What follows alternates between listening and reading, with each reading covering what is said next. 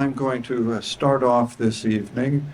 I'm sort of just an introducer, though I will read one of my dear friend Luch's poems. But we're here as for the literary community. Many of you will have been at the beautiful memorial organized a couple of months ago for Luch by the family.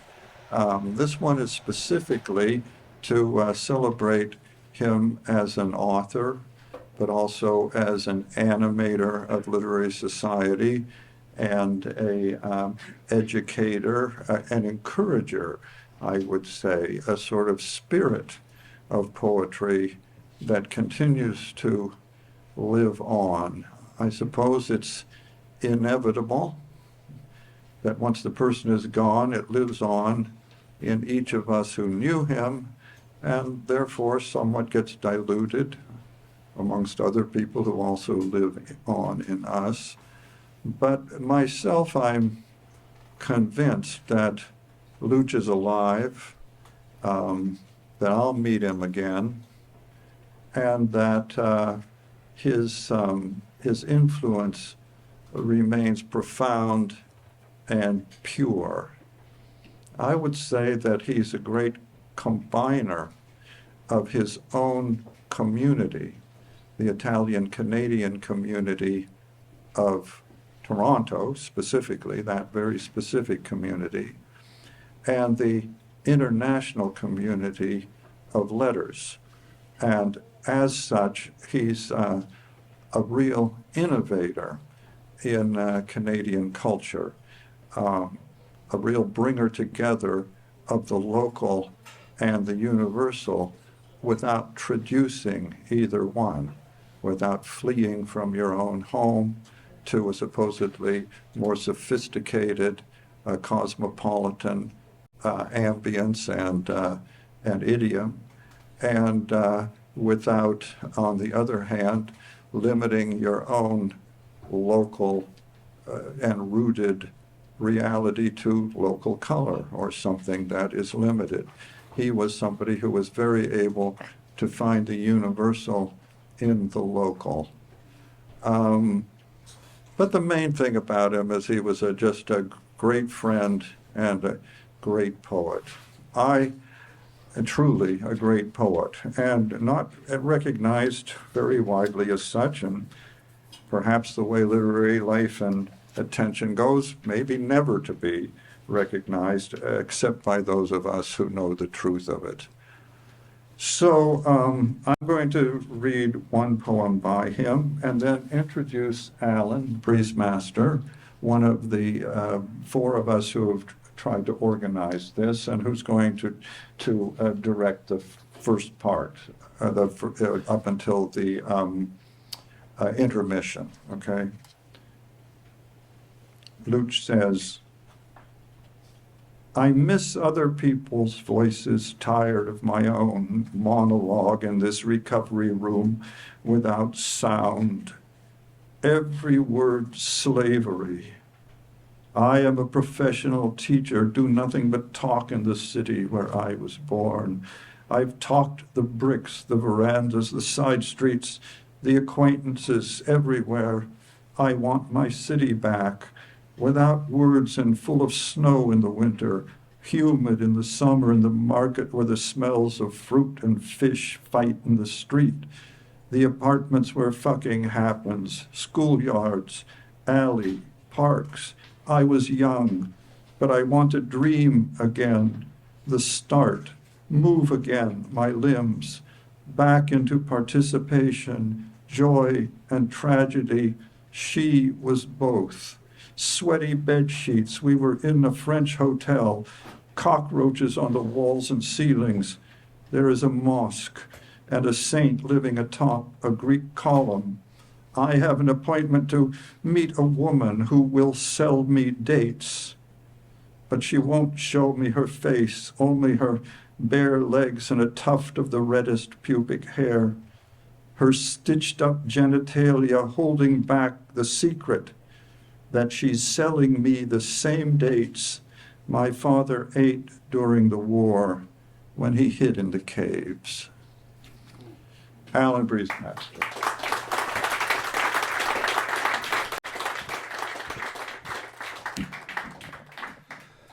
Thank you, Al, for your reflections on our friend. And thank all of you.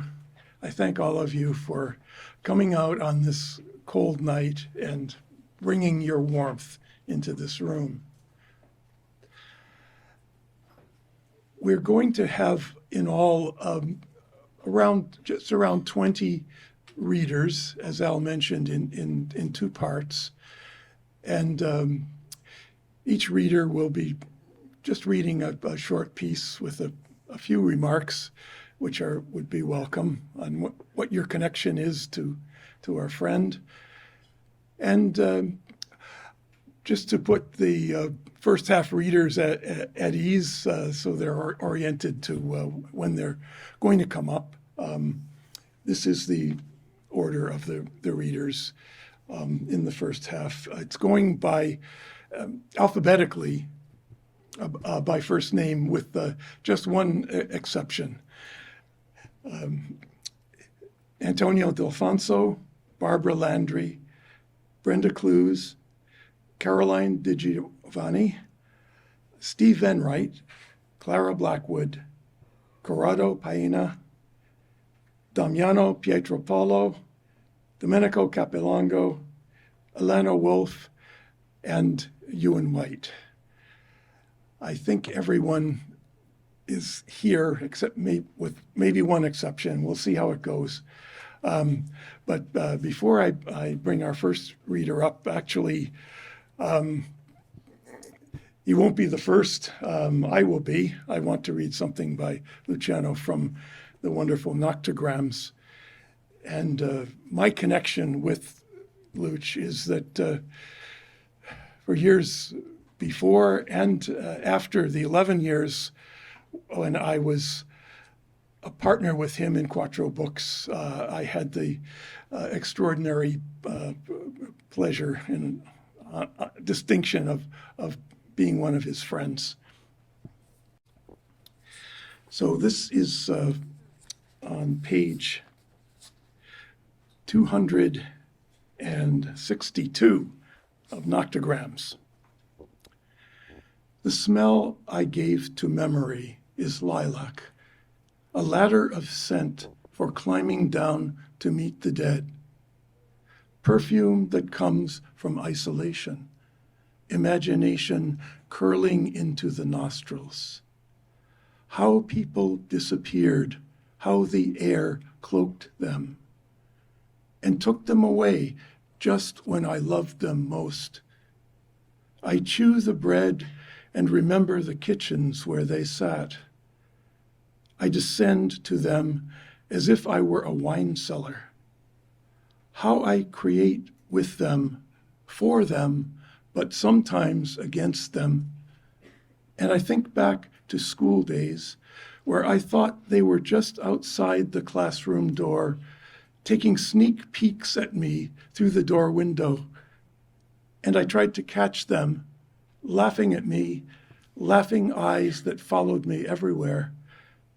Love looking at me, at the real me, forever in the classroom, suffering and re-suffering, a million schoolboy crushes. Now,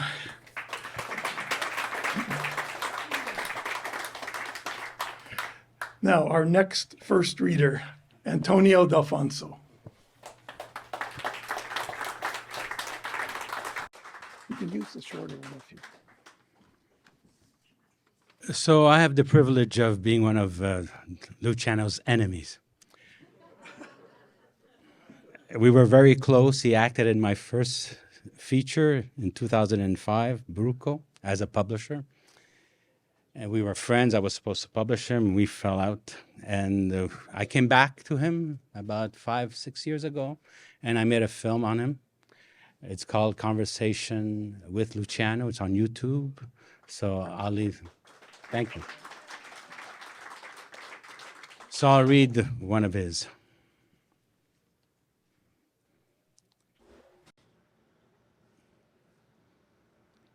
Whenever we pass the man who talks to himself at the corner of Markham and Bloor, I'm not allowed to stop to listen to him. I'm not allowed to stop to listen to him. I'm sucked in by the intonation, the quasi-Shakespearean magnitude of the fractured pronouncements, emphasis, compulsive repetitions, random stress of thoughts and phrases. I gather nothing, just fragments of a rage against the world, against self. Why am I so intent on hearing this man?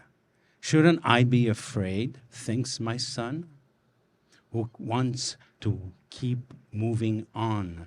He urges me to cross the road. He pulls me away from the soliloquy, concerned that language might transfix me.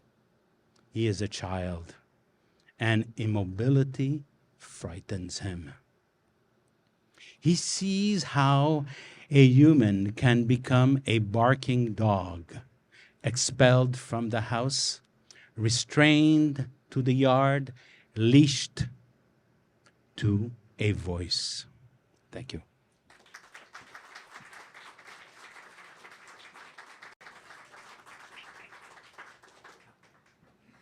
Now, Barbara Landry, come up, and you will have noticed there's an option here for shorter people. And then for people like me, this is a little more adjustable than the other one. So take your pick according to your size. Good evening, everyone. Really great to see you all here to honor our beloved Luciano and his poetry and his artwork. I didn't realize how prolific Luch was in his art.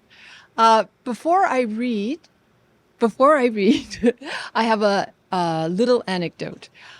During the lockdowns, my husband and I would visit Luch in the park near his house. And I remember a really cold February day. We were all bundled up. We had our warm beverages, and Luch pulled out a flask of grappa and introduced us to Cafe Correcto. He explained that it was coffee that was corrected. My husband was drinking chai tea, so he called his a chai tea correcto. Luch laughed his head off. So, those were our grappa in the park days.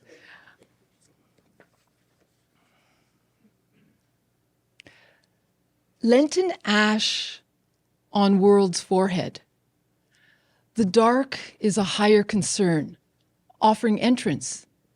There is much that passes through night, will bend you if you ask it. The ever start, ever hidden in a dusty sleeve. A learning style reunited. A leap into more leap. More air to know. More otherwise to inhale. Night confronts the broken bread and returns it corrected.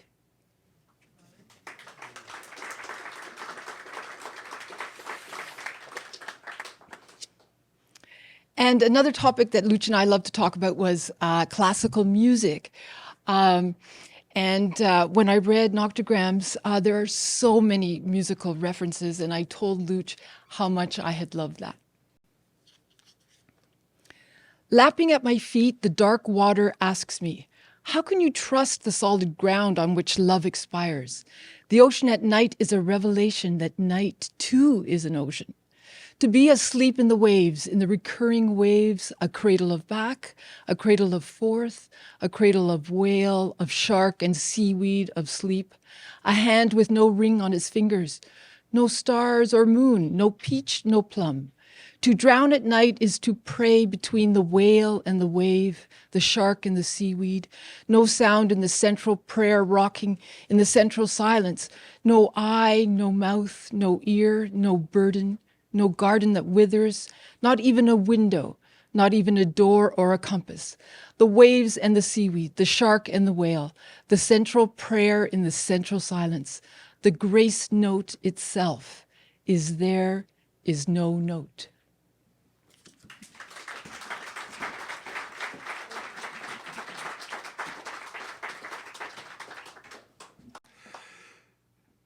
Thank you. Now we have Brenda Clews. And just a suggestion to the readers, you might like to mention the book that you're reading from, or if it's a unpublished work, where you can find it. And remember that books are for sale at the book table near the entrance. Thank you, Allan. It's good to see so many people here. Wow. I'm going to read two poems from Book of Disorders, and one. Well, you'll know who it's for. The voice in me, the viscous black sap I talk around. In fact, there is no guest to accommodate.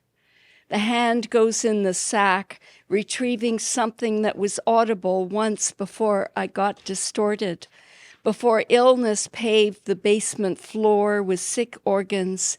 He never talks, sits there near the furnace, listens, watches. Attentive, I become attentive too, of my own paternal drive, the way I watch my little boy, his little feet, I kissed them and watched them grow. His little words, I kissed them, and all his gestures. I kissed his head and watched it fill his eyes, joyful how love clarifies vision. Watched him grow into a child who disappeared, loving everything unselfconsciously. I miss the clarity that once loved as it was loved.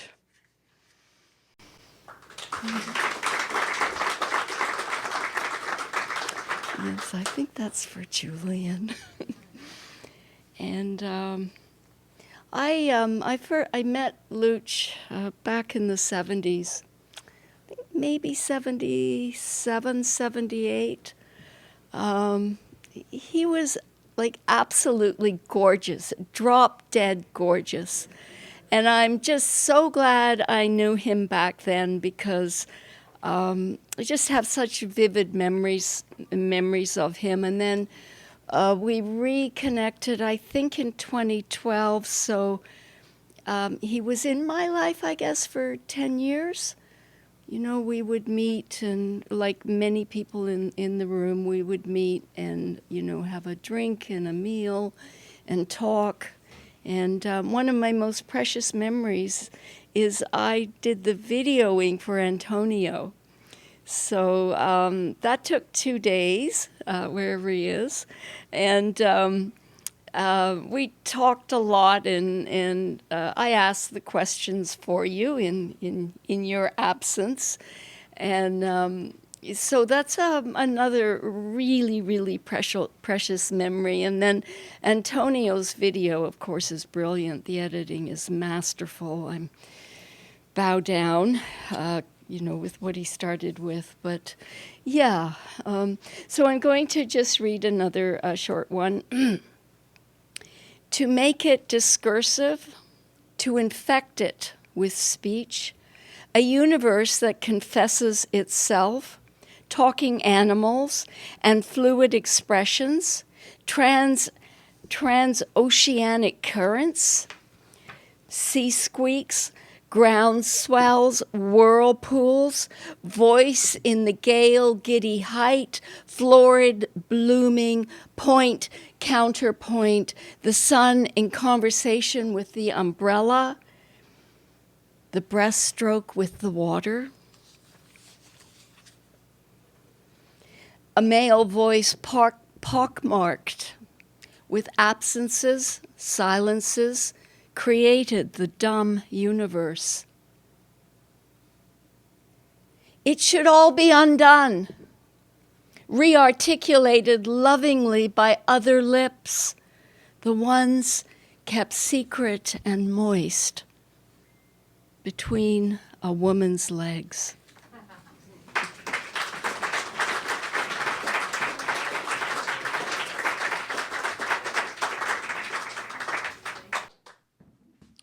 Caroline de Giovanni.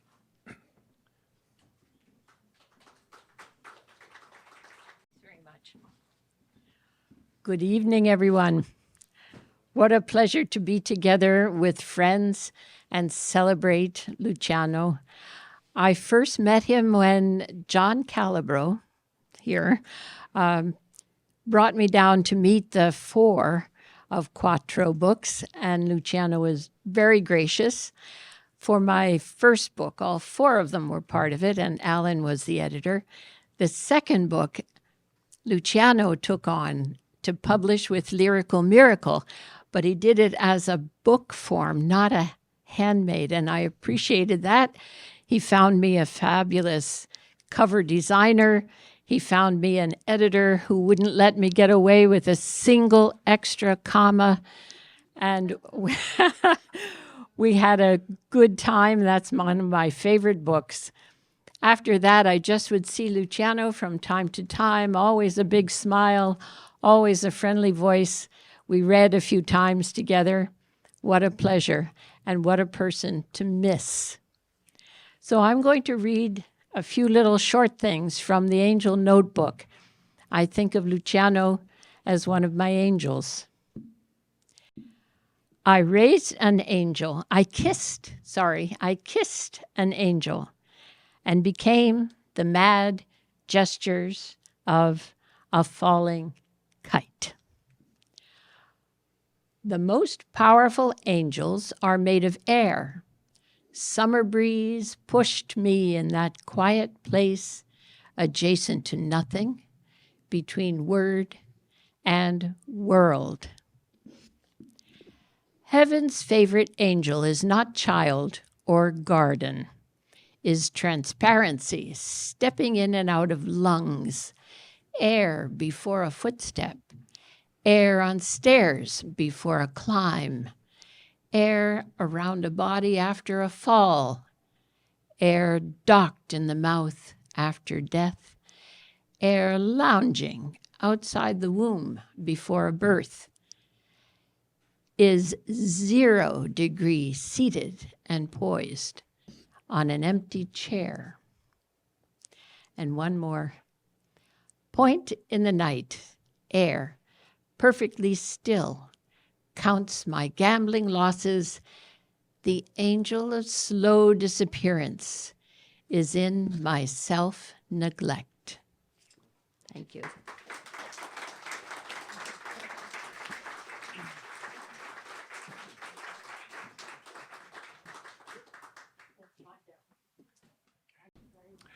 Steve Venright.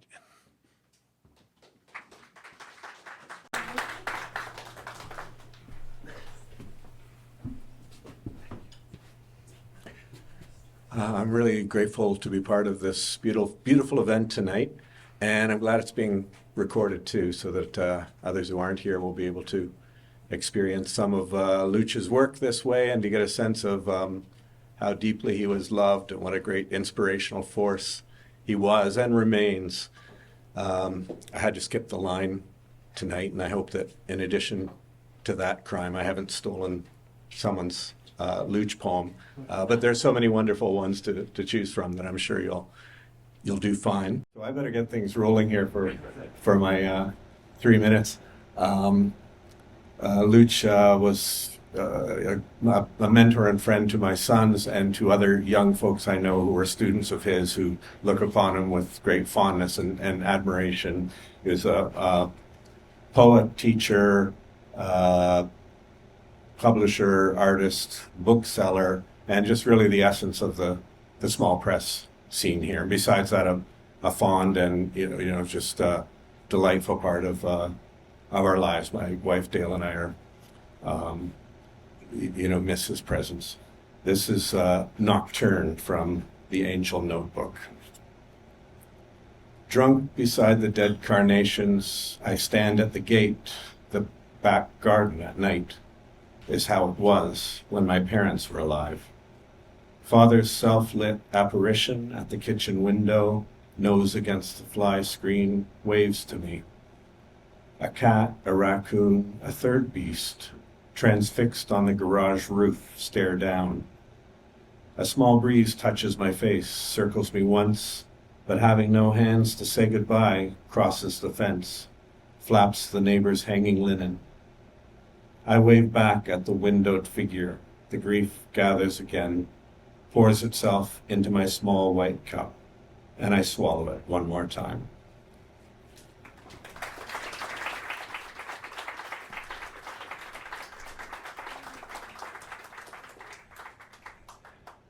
Thank you, Steve. Clara Blackwood.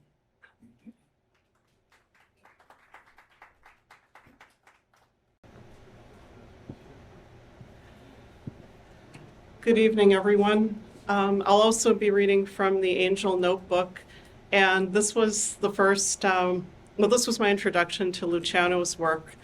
So it was my introduction to his work, and I got to know him on a personal level when I worked with him and produced a Lyrical Miracle book. So that was such a great experience. I know so many people here published with his press, Lyrical Miracle, and I really cherish those books. There's a big shelf that many Lyrical Miracle at home. The poem I'm going to read is End of the Line. The all-night streetcar is no monster. Its wheels will not slice your toes. The passengers are not drunk or crazy. They're old men who finished their lives. Time has turned their faces, reversible as coats, inside out. They're going home to empty playing fields, lighted all night like souls after prayer. When you're old, you'll drop your eyes in the fare box, ride the vehicle to the last stop, where the houses are made of turtle shells and the street lamps grind light into your skin, where memory, her head covered in a black mantilla, meets you on the streetcar island, feeds you figs sewn to the hem of her skirt, escorts you to a park full of lost loved ones. They'll greet you with flower beds, their nakedness a bare leg of 12 moons, their weather a blue beast gently striped with drizzle, their kindness a breeze opening your chest with a house key. It'll happen by itself when you're old. The late walk down the avenue and the streetcar will intercept you, open its doors to offer your bones a spare window seat. Thanks.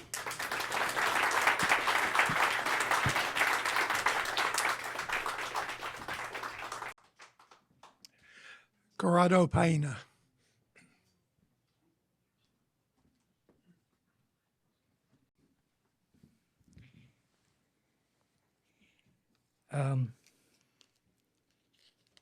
I'm reading a book, Does Spoke the Plant.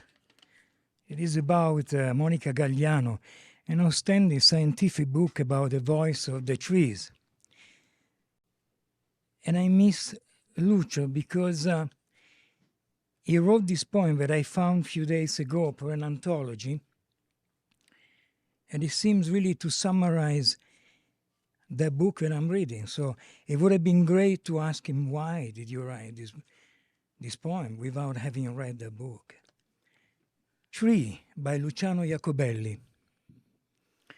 To me, they were just tall blanks, remote giants, impassive as nature itself. I could never understand the big deal. Why so many fairy tales and art about so much leaf and bark? But it was love that first made me really look at trees. I would come home from school swollen with infatuation. I would stare at the maple on my front lawn, and it was a peg pinning my imagination to both sky and ground. My vision climbed up the giant's limbs and played there like a divine ape swinging between metaphors and symbols. The tree was love posing, a sculpture of the heart, passion made tridimensional, expressive notes, lean of trunk or twist of branch, leaves juggling and fumbling the light, branch pattern, wind's nervous system. My love was a girl who wanted so much to be elsewhere, who had a few times attempted departure from family constraints, from mind and its shrinking circles.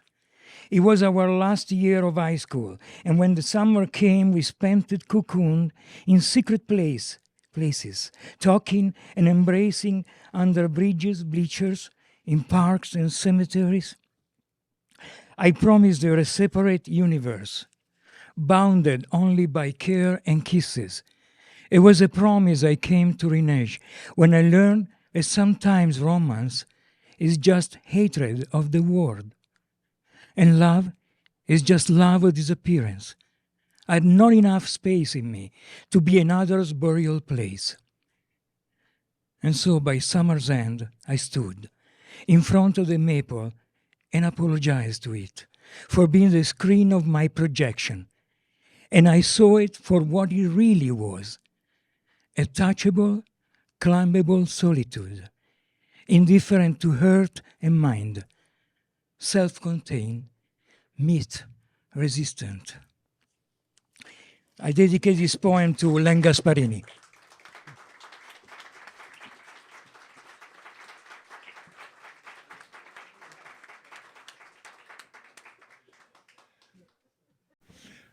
Damiano Pietropaolo.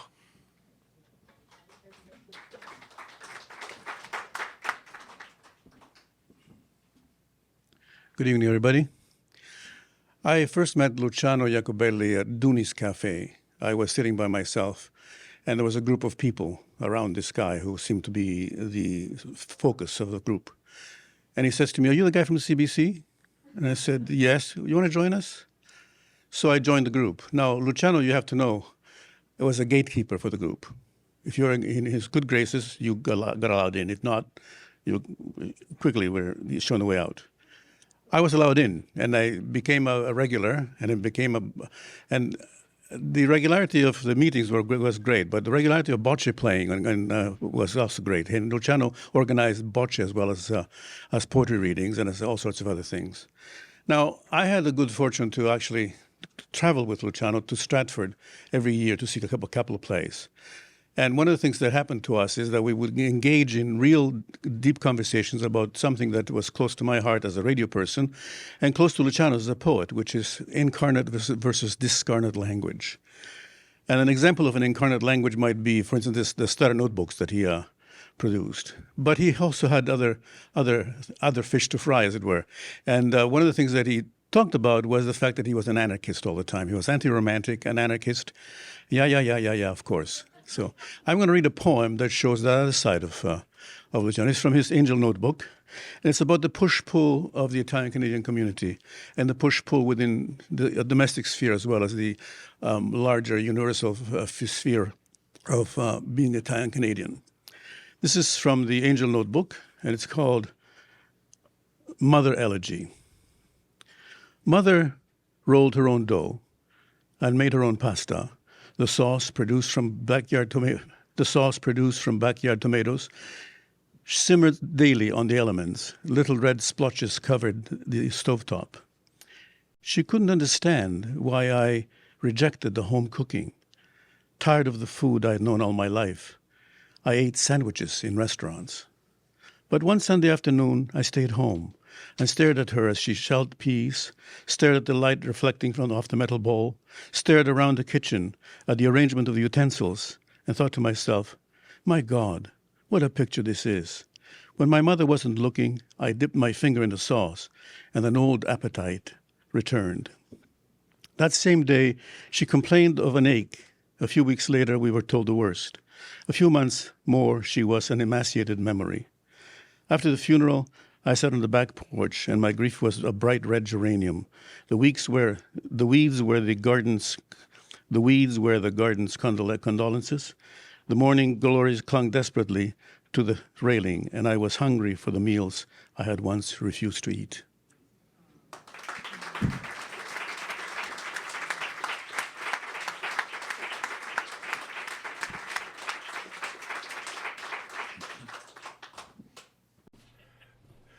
Domenico Capilongo.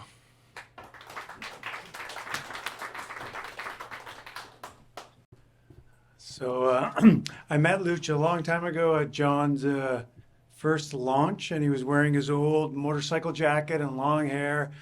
And I made him laugh, and he laughed so easily, and we really connected. And he was a mentor and a publisher, and we shared the same birthday, and we shared a lot of interesting moments and readings. And one was in Montreal. We drove to Montreal and shared a hotel room together. If you've ever shared a hotel room with Luch, you'll know he doesn't stop talking. And neither do I, so that was good. And I'm so glad. I was waiting. Who's going to read this poem? This is my favorite Luciano Iacobelli poem. I always asked him to read it. I hope I can do some justice. Because, you know, a lot of his work also is so experimental. So this is quite experimental at the end. Notebook 2. The Daytime Stutter.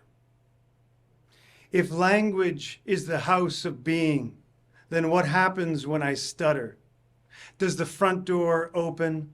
Does the window break, made and unmade by language? What happens to creation when I trip over my words?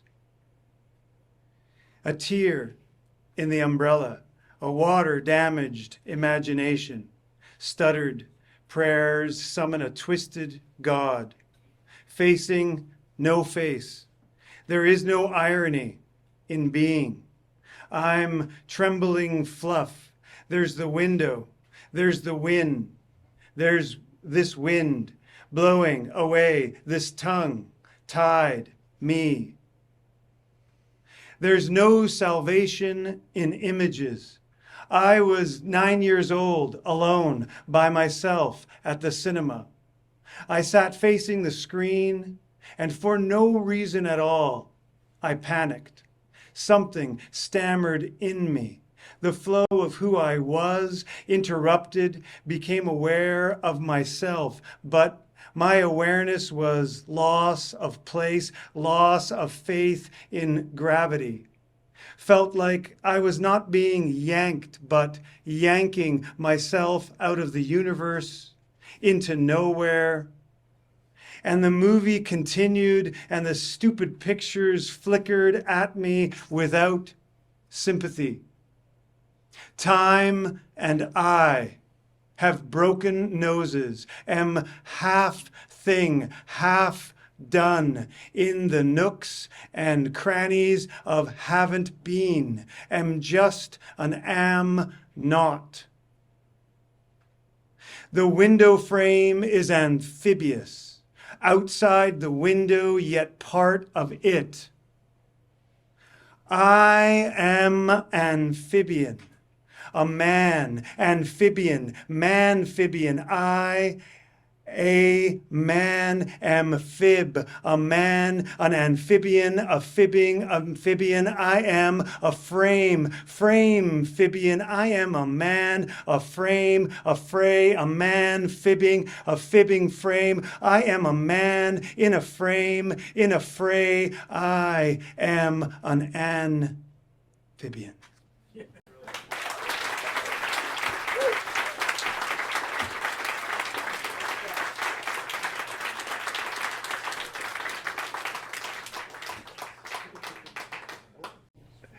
Alana Wolf.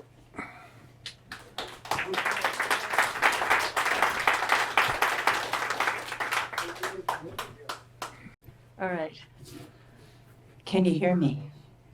Okay. So Luciano was a community person, and he touched so many people from so many different communities. I feel very fortunate that our paths crossed so many times over the years. And like many people have said, he was a talker. And we had many conversations, delicate as well as enthusiastic, and he always had books to recommend. I'm glad I was there for the launching of his last book, almost last book. I think he published another one after this, but this was his, I guess, his magnum opus. And he was fading that day. You could see he was fading, but he was as sparkling as ever. So I'd like to read a piece from this that is both biblical in tone and also futuristic. God I call. God I call, teach me to be both the lamb and the knife that slaughters it. I call on the zero cloth to wipe the smudged blade, the dirt under the nail, the body's cube of pain. Lines of a gambler's face cantered into a bowl. A God I call, whose forehead is a system of underground rooms, wherein are stored parts of a wrestled angel. What can't resist coming forward? The call beyond call, the all in all, the thrall, the rhythm of the question pattern, sound waiting in the delivery room, watching the imagination be born. To Luch.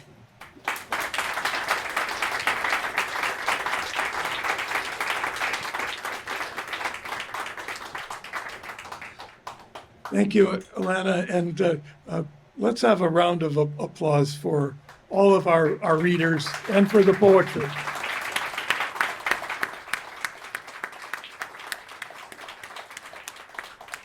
So we're going to start with the second. We're going to begin the second part of this program. The readers in this second part are Giovanna Riccio, Julie McNeil, Kate Marshall Flaherty, Kristen Blank, Lara Solnicki, Lida Nosrati, Patrick Connors, Ricardo Sternberg, and Deborah Barnett. Okay? I met Luciano in probably 1984 at Dooney's. It was a wonderful thing to go to Dooney's and see all these really good-looking Italian boys. John Romano, I think, is here. It was an incentive to go to the cafe and break my shyness, you know.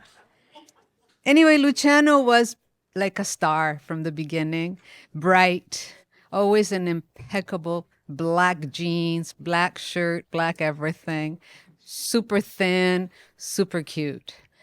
And so he encouraged me to sort of come out of my shell because I grew up. I was in the house of a pretty brilliant writer, Ludwig Zeller, who was my stepdad.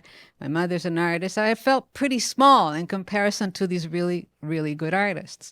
Anyway, so Luciano is the person who organized the first reading I ever did at the Rivoli. Luciano was a very important publisher, not just because he brought the four of us together, John Calabro, Allan Briesmaster, myself, to form Quattro Books, but as a publisher of Lyrical Miracle or whatever it is that he tried to do to publish other people. And so when we came together as invited by Al Moritz to form this organizing committee of Giovanna Riccio, Al Moritz, Allan Briesmaster, and myself, Al suggested that instead of my reading a poem of Luciano's, I read a poem of Ludwig Zeller, whom Luciano published. It's a poem that Luciano liked very much, and he gave the title to this little collection of poems, the name of this poem. It's called The Snake Eaters, and it's a poem about seeing, while traveling down to Mexico with my mother, which they did for many years. They would go back and forth to Oaxaca. My mother drove because Ludwig didn't drive. They came to an area of Mexico in the Sonora Desert that was so poor, people were so poor, that the only thing they had to sell by the side of the road were the skins of snakes. the snake eaters. From Matehuala south, desert scalding in a bath of brine, and at the roadside swarms of women who beg for alms never received. Among the yuccas, a cane, and hanging its tip, the remains of a snake, an empty skin, and on the ground, poised on one foot, flesh eater, a hawk behind its eye of steel. Alone and wretched, almost mute, they beg for someone to change their lives, carry them past that horizon where day by day the hawk harries the serpent. There is only rancid bread, milk full of salt to drown thirst, murder hunger. You who put them in the desert, why don't you give them water? Why always the spectacle of that steel beak slitting snakes open from end to end? And why those children begging, useless, not able even to dream? It's true, then, that this is where hell mouth opens and burns insects in madness. Against this place I put my happy childhood, but in my depths, in memory, it hurts to repeat those images. There's no way out. All at once, the skies closed. This poem was translated by Moritz. So,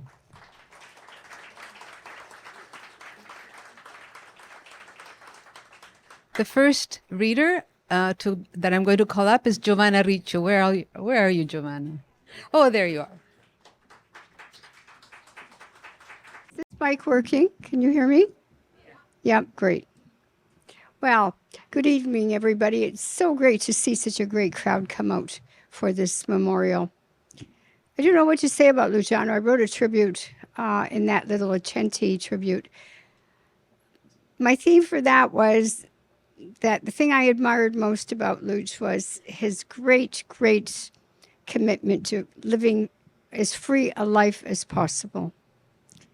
And he was free in so many ways, despite his gambling addiction. He was even free in that because he had no problem sharing it and turning it into art. And coming up to Clinton's today, I was struck by his generosity because the first time I read at Clinton's, I got this email and I thought, how did I get that invitation? And then, of course, I learned it was Luciano. And I was an emerging poet then.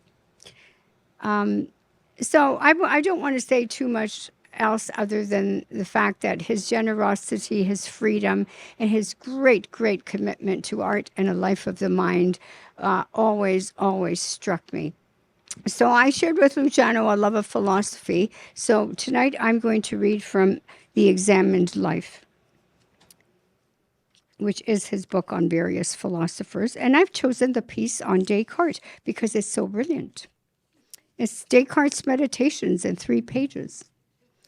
And he manages to capture most of it, the fact that Descartes' position was that you should doubt everything until you get down to zero doubt, first principles, that it's the mind that is the substance of truth, and that all empirical experience is to be doubted and tested and doubted because it is not the way to truth.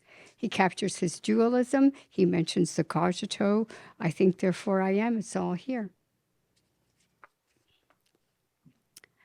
A state of doubt. I think I look with open eyes, but eyes could be closed. How often have I dreamt myself dressed when I was lying naked, dreamer dreaming himself, or I could be the free-floating sleep, dreaming the dreamer who dreams himself. State of doubt. A prenatal waiting room, amniotic walls, paneled with amnesia. Under my window, people are hidden under hats and coats. They might not be humans, but robots.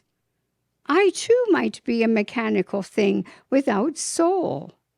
What if a demon is tricking me and everything around me is stagecraft, including my own body, without arms, without legs, without eyes, my presence theatrical, my flesh a prop? I doubt my balcony and look down at my own existence and watch the happenings below. A pristine uncertainty disengages me from myself. I'm happy to accept I don't exist. Unfortunately, I do. I'm the thing that thinks about its own non-being. I've been up here before in this elevating doubt. And every time I've polluted the height by proving my own existence, methodically establishing my point of origin. A divine architect designed the world, measured, angled me in his own likeness, calculated my profile, and sometimes I think God is too full of my own cleverness to be real. Disinfected of knowledge, opinions, compulsive sanity, I want only to stop thinking, stop being, to be a gourd, to have a head of clay, a body of glass, to be a piece of wax over fire, shape melted, a liquid nothing, flexible. Wax is unknowable.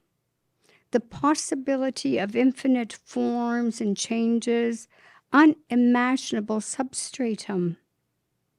Tired of the meticulous steps it takes to think forth a world, I want to stay in doubt, to sleep on the surface of uncertainty, covered by a bedsheet, a clean, fresh-smelling zero. Thank you, Gio. Wonderful. So next up is Julie McNeil, a poet and a designer and an artist. She designed many of the covers of Quattro books. Come on up, Julie.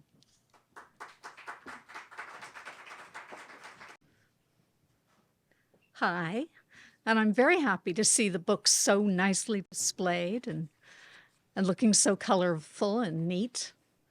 And I want to read you the last poem out of the Angel Notebook. It's called Night Walk Through the Old Neighborhood, and it appears that Luciano and I grew up in a similar location. I was at Dufferin and Eglinton, and I think he was down at Dufferin and St. Clair. So his neighborhood was almost mine. Night Walk Through the Old Neighborhood. It's a calm night. There's a blue milk on the sidewalks, warm maternal water in the tree trunks. The neighborhood is a young olive woman. She hangs her imported clothes in boutique windows and sleeps naked. No one would guess from her quiet streets she is a jealous mother overfeeding her children, hiding them, stapling them to her bed, guaranteeing the night will never hear their half Italian, half English prayers. Some of my childhood friends still live there. A disbanded tribe, insomniacs, lighting candles in front of the hallway mirror. They have no features. They are like coins flattened by the train wheel. They are currency no one can spend. We pitched dimes behind the funeral home, told dirty jokes on the church steps, carried home high school crushes under piles of homework. Storefronts were huge cameras photographing every angle of the teenage heart. The long-haired girl who lived above the beer store leaned out and autographed each drop of our collective blood. Her father made her cut her hair and nailed the window shut. Stillness tonight, and everything quiet, except the St. Clair streetcar traveling its straight line between the slaughterhouse and the subway. The road, this empty, seems quite harmless, But I can't forget the fatalities. Children who ran away from their mothers, jaywalked halfway across before they were killed, partly by traffic, partly by the voice calling them back home. I passed the schoolyard. Remember games? Think of the hopes. We dunked through the basketball hoops. I look through a fish market window and watch snails that have climbed out of a basket crawl up a wall. Thank you. Beautiful. So next is Kate Marshall Flaherty. Is she here? Yay, there she is. Come on up.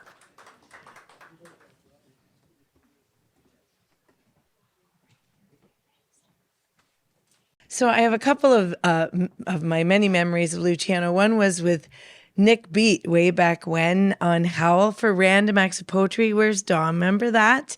That was wonderful. He taught me a bit of Italian, gelati per tutti. And he and I also, besides sharing a lot of laughs, we shared traveling a cancer journey together. And we did poetry and healing with Al, which I remember.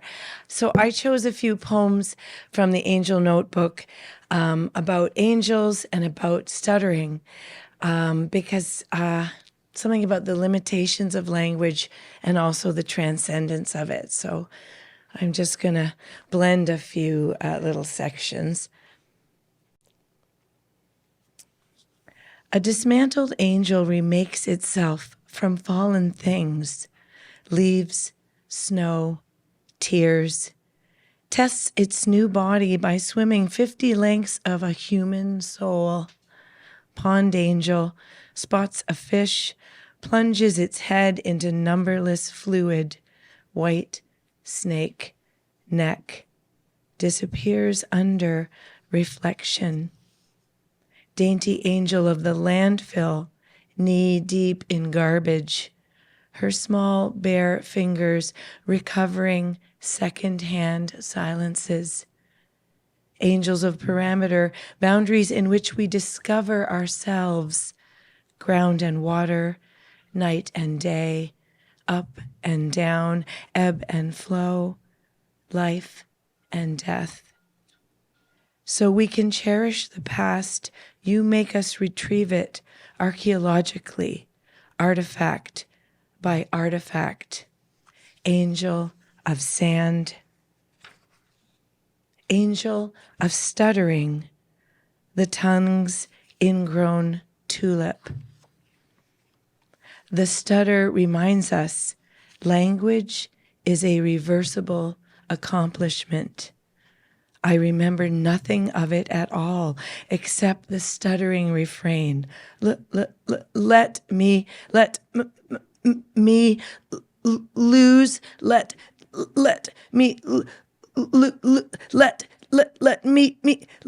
me loose. Thank you, Kate.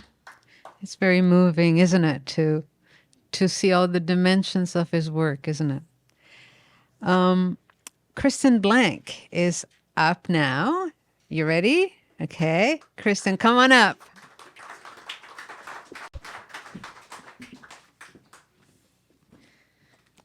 So I would say that Luciano was somebody who was a mentor to me at a time when I maybe didn't realize how much I needed one.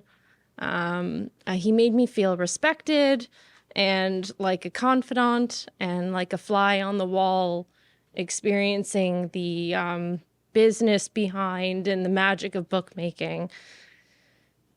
So I'm going to be reading from Dolor Midnight tonight.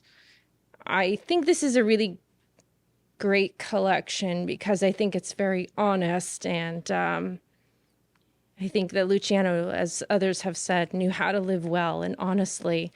So I'll read two poems from here that sort of capture my memories and sort of substance of how I think of him. Saturday night in the kitchen, I stood next to my father as he played cards with my uncles, glasses of wine and old faded Italian cards. My father forgot me, and I forgot myself. watching him play with his brothers in the reconstructed piazza, each man enveloped in rules I didn't understand. Perhaps a child shouldn't have witnessed such thick smoke or shiny coins.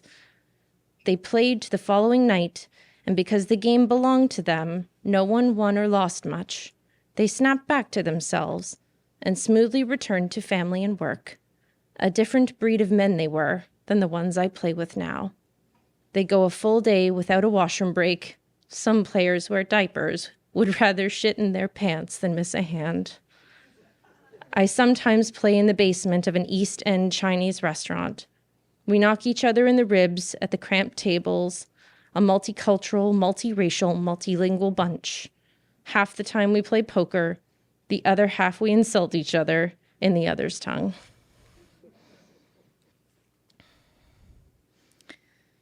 Whether soul exists or not, the universe is dressed in the fashion of its loss. Boundless space, at the center is a widow's son. A funeral procession of blind, dumb spheres. And everywhere there are attempts to end the mourning. On cratered planets and moons. In the game rooms, in the alleyways, in schoolyards. Dice are thrown against the grieving cosmology.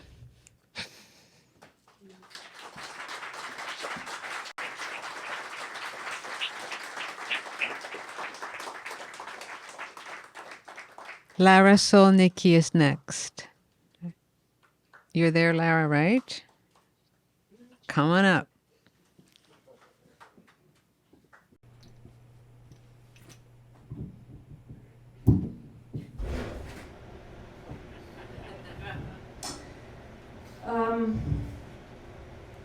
So I've known Luciano. He's been a very generous person in my life, and starting with my lyrical miracle book that I wrote, and that Allan Briesmaster edited. And those were fun times, and then I used to run into him a lot on the street as well, and we reconnected in around 2018. I'd gone off and become a jazz singer and a composer, and had a pretty good run with that.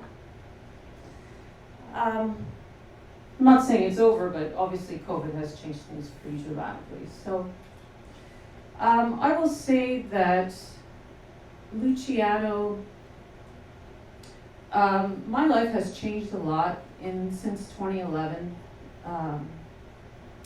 Since skeletons have started falling out of the closet in my life, where one at a time I've come to realize that I've had not one but 4 character disordered abusers in my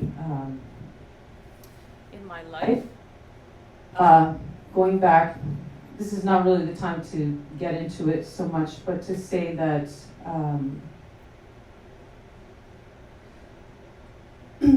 I would basically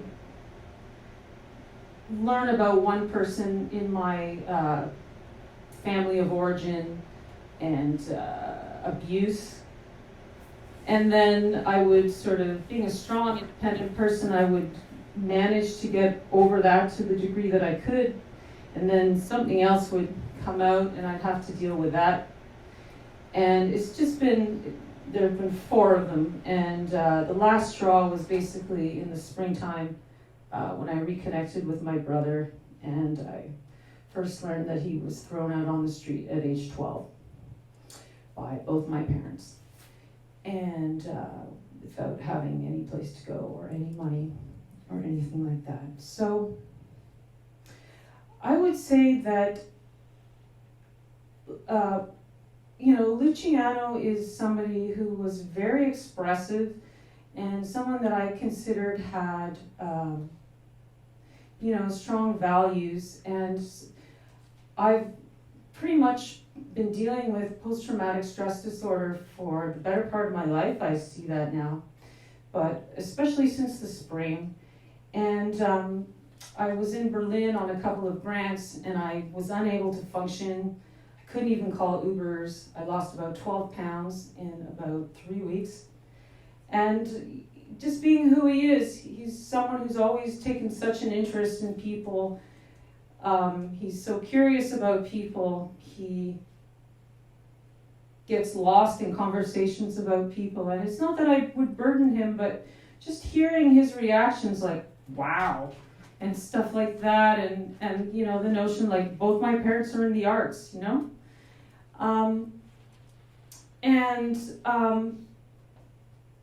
You know, I would be crying right now, except for I've had a beer. So I feel actually fairly numb.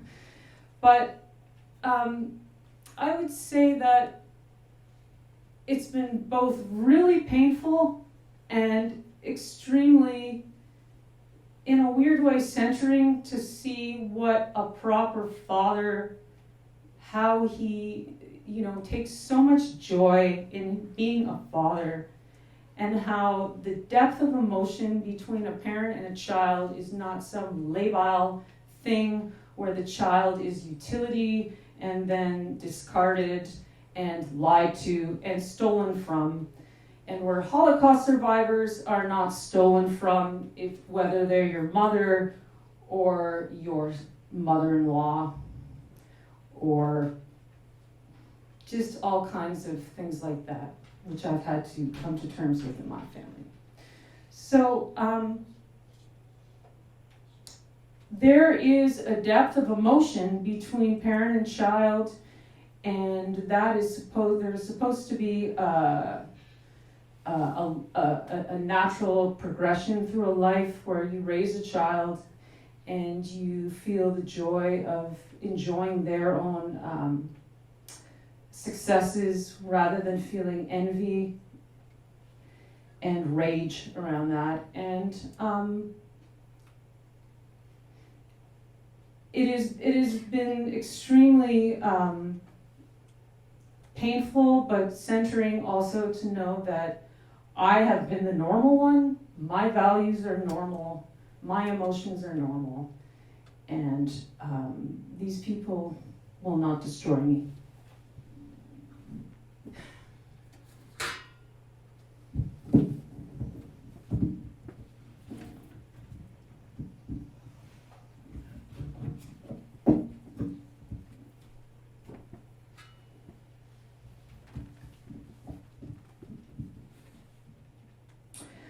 A child staring out in the street, a crumbled nectar in the mouth, the taste of unfinished games or ones that never started. It is this child I want you to remake from the ground of all your impending births, from a water crafting its own clarity. Light and air are metals you can bend. Design a new child from it, because the old child is the universe signaling its pain. Its face an injured sky, and its stars are all the missing falls and scrapes, lost from loss of play.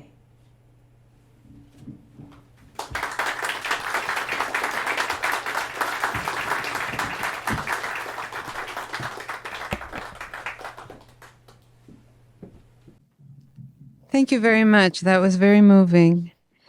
Lida Nosrati is next. She's here at the back of the room, and she's making her way over here. I think. Yeah, I'm in between, so this will work. One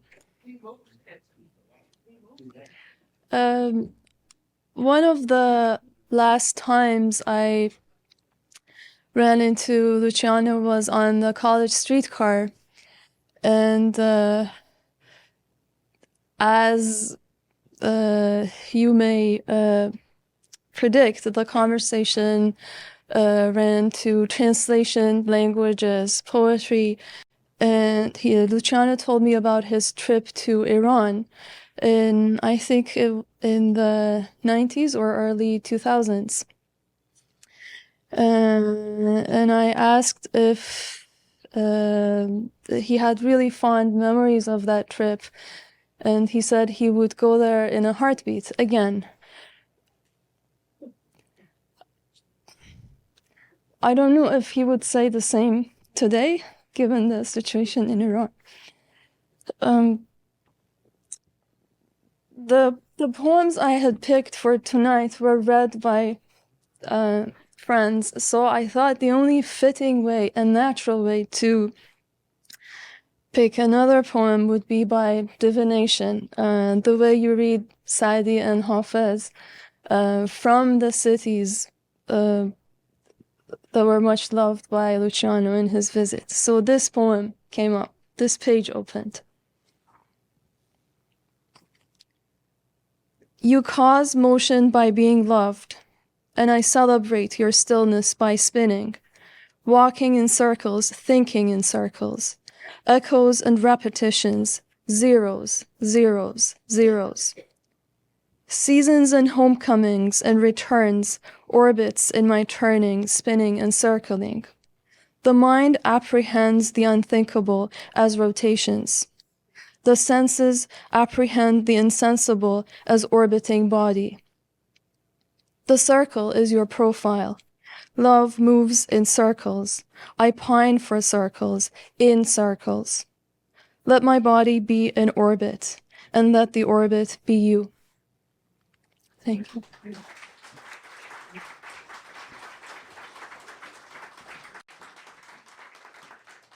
Patrick Connors is next. It's the turn of the boys now, I think. A couple of you, anyway.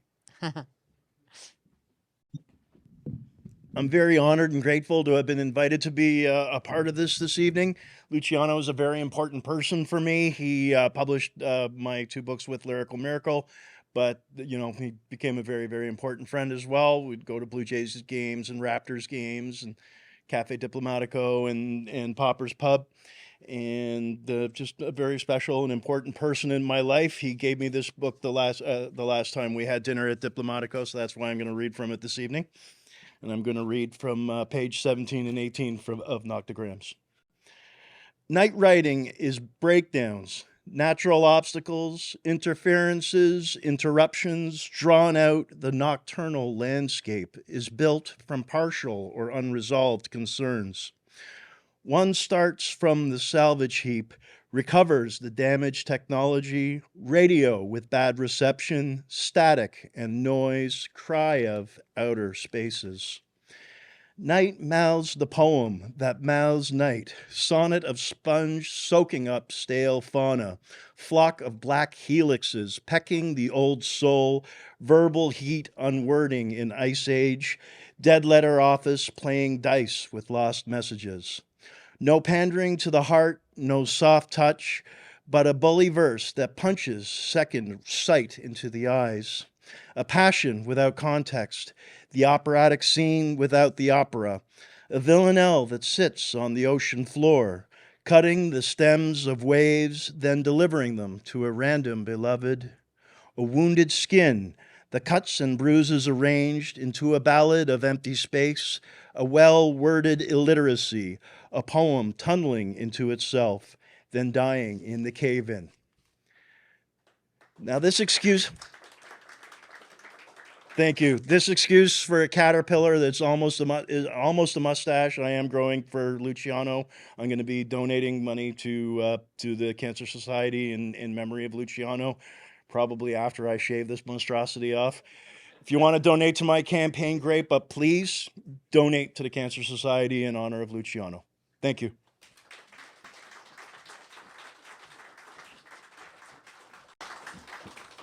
Thank you very much.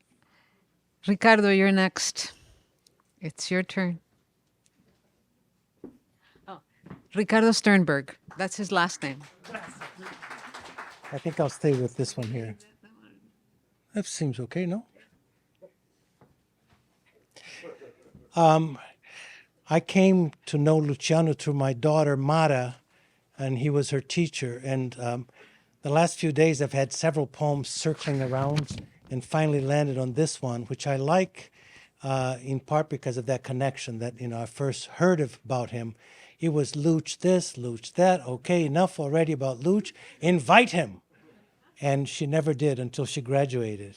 And then Luch and I became very good friends. He published me in Lyrical Miracle. And then it was me going, Luch this and Luch that. This poem comes from The Examined Life, and I was sitting there hoping nobody would read it, and 2 or 3 of you came up with the book, but not to this poem. And the title does double duty as also the first lines of the poem. The title is Tattoos, Army Jacket, Combat Boots. A hardcover copy of Zarathustra, a mouthful of Hitler and Darwin, he tells us, fuck this puny human race. We're all low-grade beings on the way to extinction. And he dreams of owning weapons that could gun us all down in front of our offices, schools, and shopping malls. He muddles my classes with mispronounced ideas, but I'm convinced that with extra attention and care, this student pockmarked complexion could clear. And so I meet him every day at lunch in my room, offer him great man's ideas, questions and answers, arguments and proofs, debates and resolutions.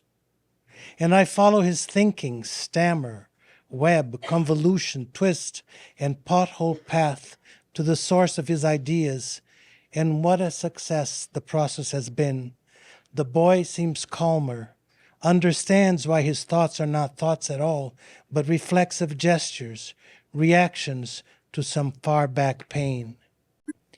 I send the boy home with journeys, labyrinths, points, counterpoints, constructions and deconstructions, a summer of reading, a lifetime of engagement. But in the fall he returns, covered in a rash, a constellation of open sores on his pin-pricked arms, eyes ringed with hallucinations, no sleep. Sentences he hears in his head slither under tables.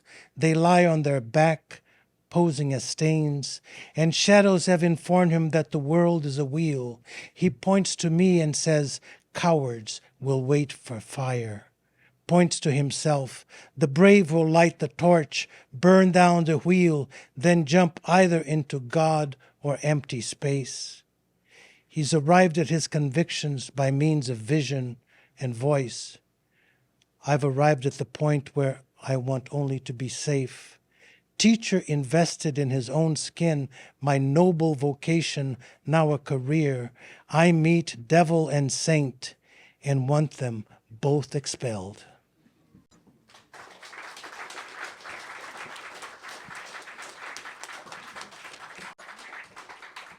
And the last reader for this evening is Deborah Barnett.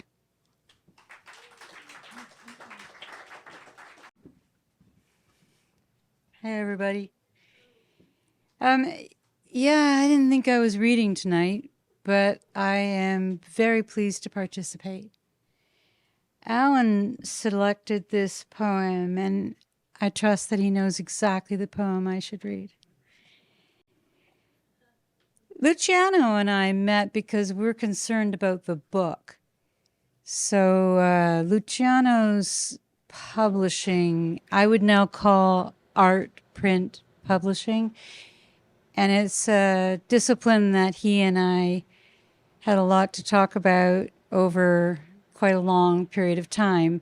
So I was privileged and really delighted to publish works by Luciano, but it really wasn't like me publishing works by Luciano. It was like Luciano and I figuring out how to present these literary works with the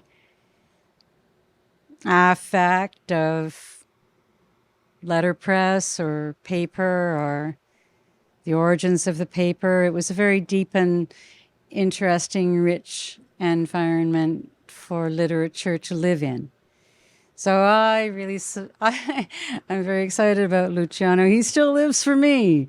And because every time I encounter the book, I encounter it with his open and willing exploration of every material, including the text that goes into the making of a book.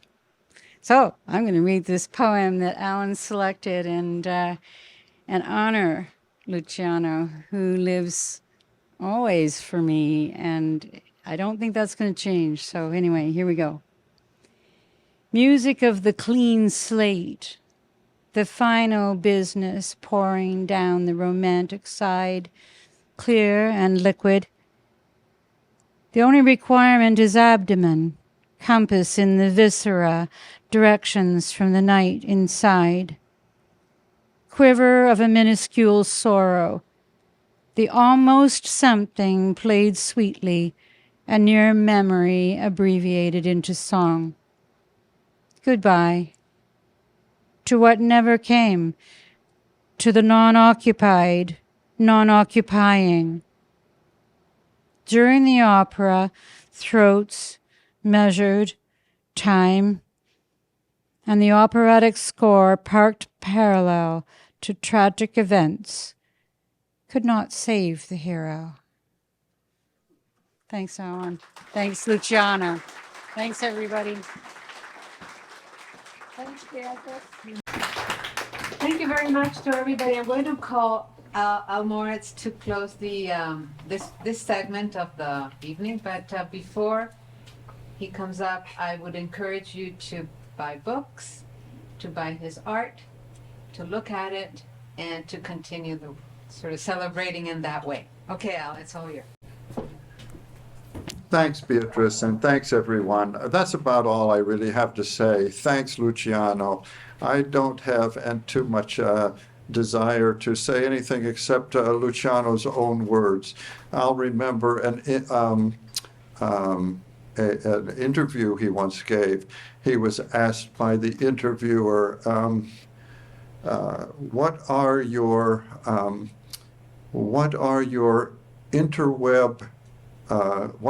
interweb series of tubes? And he replied, I prefer to communicate by cafes and books. And then the next question was, what tools might we expect to find in your workspace? And he said, a cappuccino. I work in cafes. So I worked with him on the Book of Disorders, which he published in 2011, and that was a great, great experience. And I'll just read a poem from near the end of that book. And yet some of us die perfectly. I was told of a poor monk who lived alone in a cave. A poem provided his food and clothes. When he lived in the world, he was rich. He overlooked the rooftops of Rome. He was a famous musician of exhausted music. Craving another sound, his ears brought him to the desert, and in his dry poverty he heard something new, a calm prenatal hum, a soothing pulse, an ebb and flow. He cured wild animals. His lean and peaceful stature alone healed them. Poisonous snakes joined him in the darkness.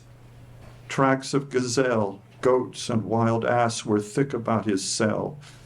When he was cold and starving, the grateful desert sent him vultures bearing loaves of bread. A warm lion lay beside him in his final sleep. The animals loved him. Silence made him trustworthy.